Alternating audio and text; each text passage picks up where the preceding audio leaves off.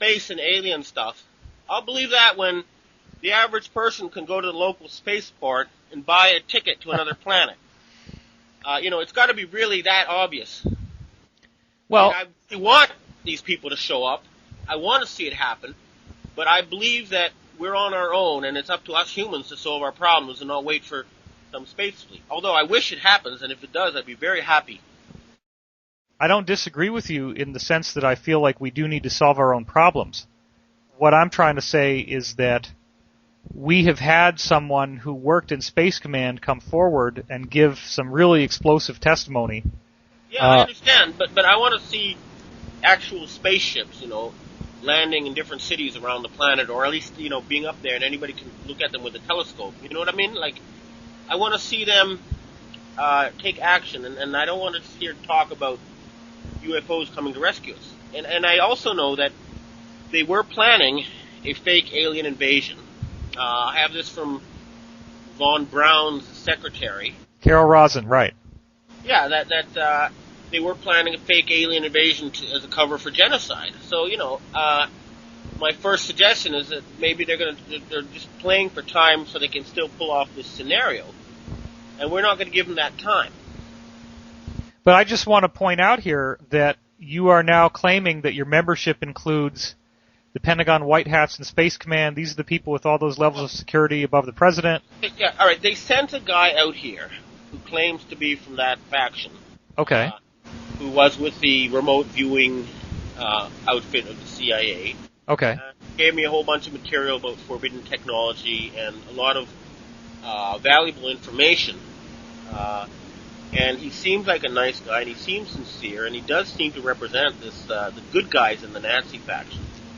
And we had a good talk the other day, and he's going back to the USA, and he'll be back in Japan in later in January, and we're going to take him to meet the head of the Black Dragon Society, and hopefully we're going to come up with some sort of agreement so that the guys threatening to cut off the Gulf and invade Venezuela will agree to a swords to plowshares transition.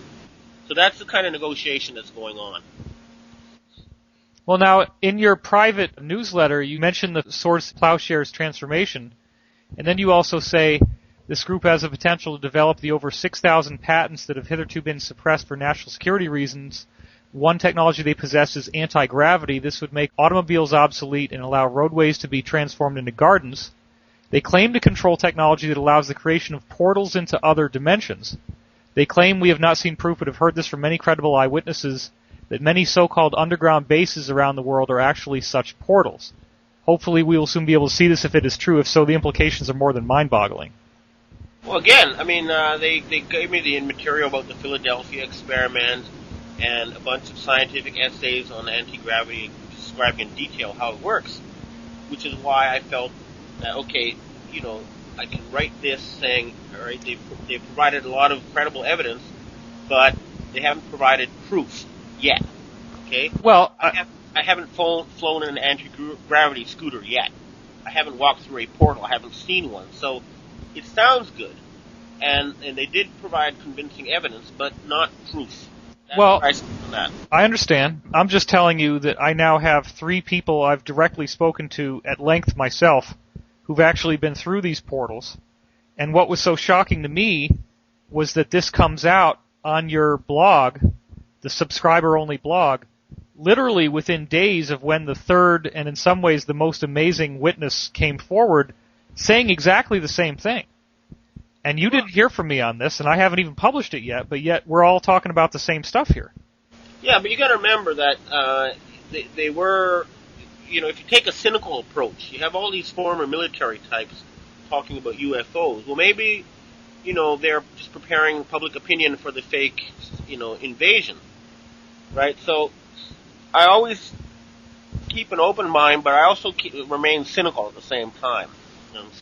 I think that's one of your strengths. You're not easily manipulated, and you're not just going to be spoon-fed disinformation. I guess what I'm trying to say is that I find it very interesting that somebody from this group would have approached you guys, and I'm just curious as to what exactly are they saying now? Are they saying that once this power structure is shifted and the venom has been drawn out of the system, that they would like to still be relevant, they would like to still be involved, and at that time they want to share this portal technology?